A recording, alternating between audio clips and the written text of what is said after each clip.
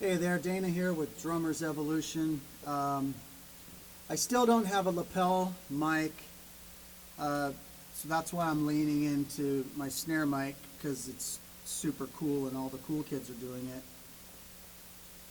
And I'm wearing a Sigmund and the Sea Monsters t-shirt. If you know who that is, you're friggin' old. Okay, so anyway, double bass drumming without double bass. That's what we're going to focus on right now. I don't know if this is going to be one big ass video or like a couple segments. I don't really know what's about to happen. I'm just making this up. These are some really cool chops that I do, fills, beats. I made up none of this, okay? I got this all from somewhere. But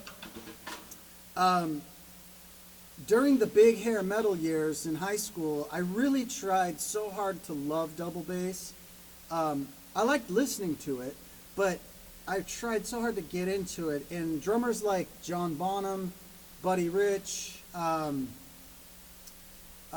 they just, the stuff they did with one foot. Oh, Leonard Hayes, YNT. Oh my gosh, that dude's right foot is off the hook, crazy.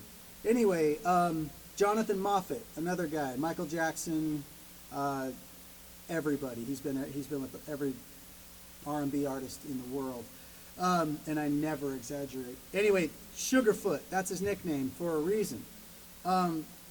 They do this, basically what we're doing is we're doing all these crazy, cool sounding double bass chops with one bass drum. I think I just said that.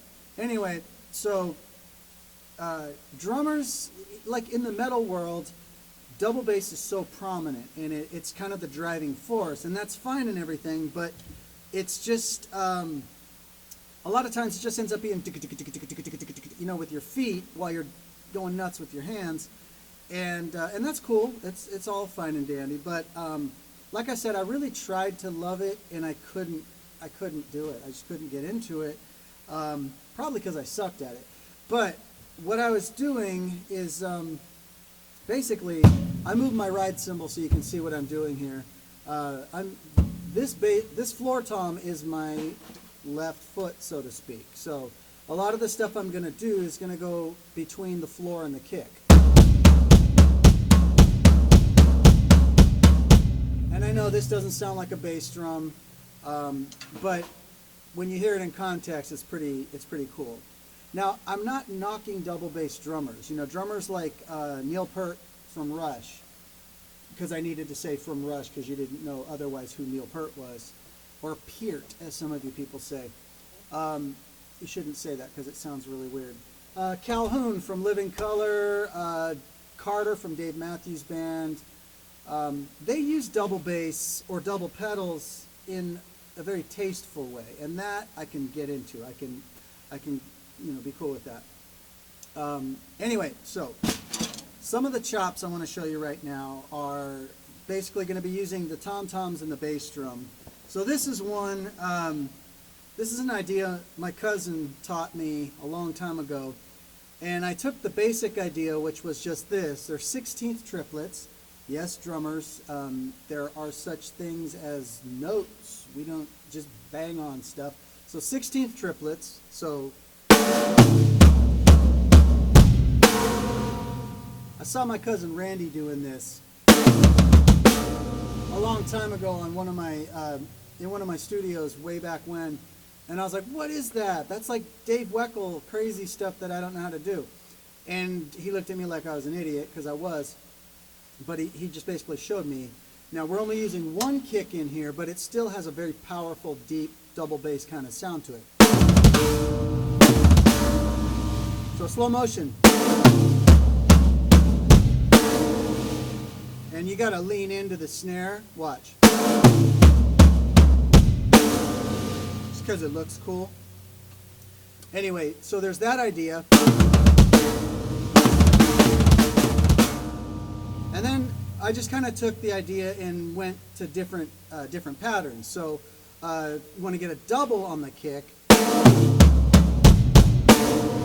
Again, lean. Okay.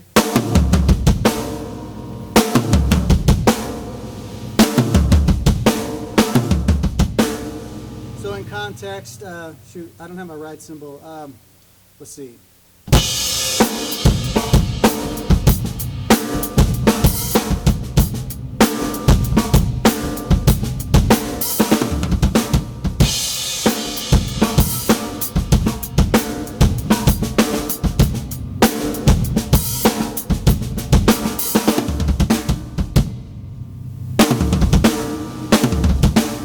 Or slow motion.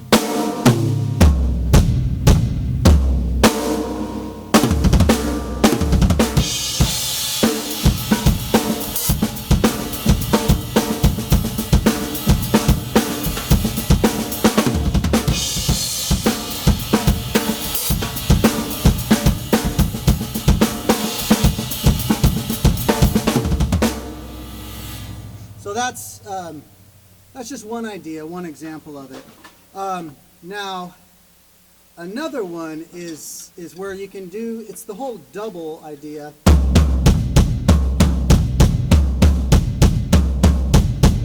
And it just kind of depends on where you put it. It could be in a fill, it could be in the beat.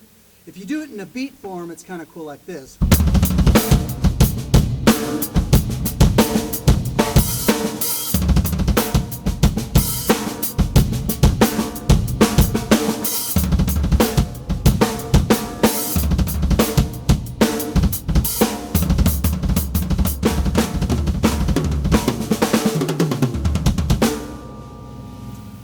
Okay, so there's that.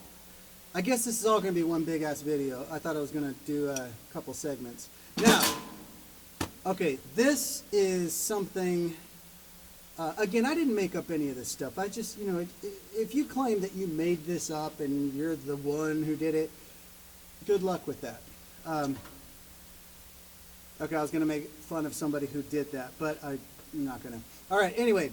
Back in the day, there was this drum competition at Drum and Guitar City. I was in it, Johnny Rabb, Guy Kawarsh, bunch of great drummers were there, not including me because I sucked so bad that day. It was the worst thing ever. Rabb, as always, was phenomenal. Kawarsh, he's just a badass. Bruce Spencer, one of the best things to ever come out of Sacramento. He was one of the judges, and afterwards, he comes up to me and he goes, "These things can be really intimidating, man." So, thanks, Bruce. And I was so intimidated, it really was awful. But anyway, this dude that won was some guy from Emeryville, California. I don't know his name, I don't know anything about him. But he did this thing, he had a china over here, and he was doing this chop basically between using his right foot on the kick, his left hand on the floor tom. So the idea, the sound was basically. Now, doing it slow is fine, but trying to do it fast, I can't do it with crap because it just, I don't know, it just doesn't feel right. But what this guy was doing, he was adding the cymbal with his right foot and keeping his left hand on the floor tom. So basically it was like this.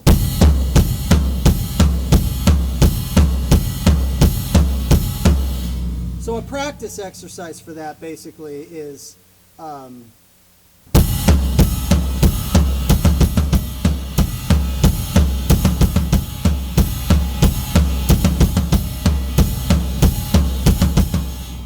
I know that sounds hella thrilling right there, but in context, again, it's pretty dang cool. And this guy just friggin' blew doors. He won the competition. He drove off into the sunset, and I never heard of him again. So if any of you happen to know who he is, tell me. I'd love to get in contact with him and thank him for stealing this chop from him.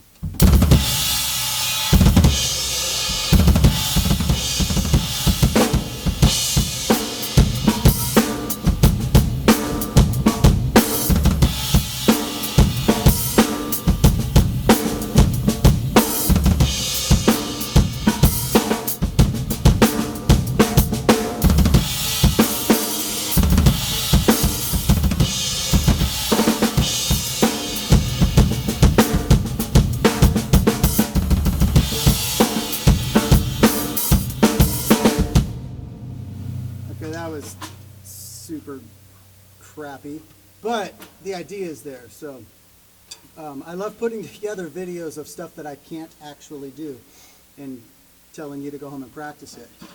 Now, another thing that's cool about this, you can do like Terry Bozzio. I mean, a ton of people do this, but he comes to mind right away, where you do the you match your hands to your feet. So like da da da da do do do do da da da da do do do do. Pretty kicking beatbox drum sounds here, by the way. And then he would do his, use all the chinas up here and stuff. And it's really cool. But you can do it with this thing I stole from some dude in Emeryville. So.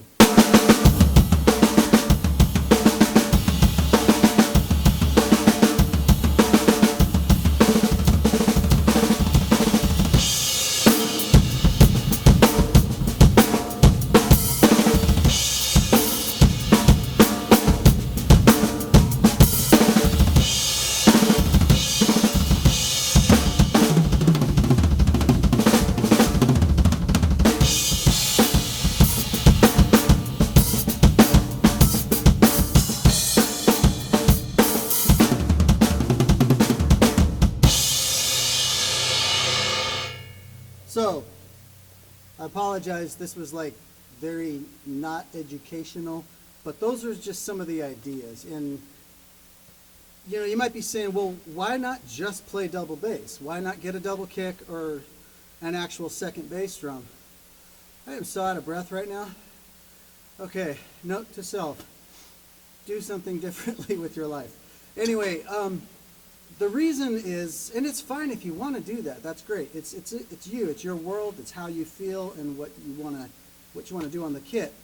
But the idea, really, what it kind of stems from. If you watch John Bonham and Buddy Rich going crazy, doing all this blurry crap over here, this is going on the whole time.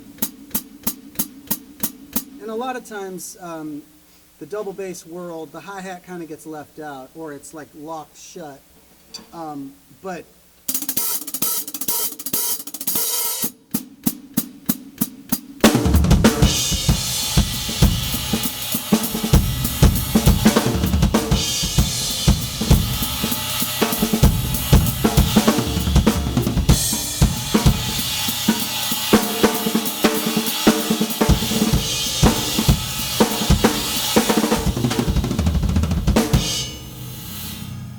and I just contradicted myself because I stopped doing that.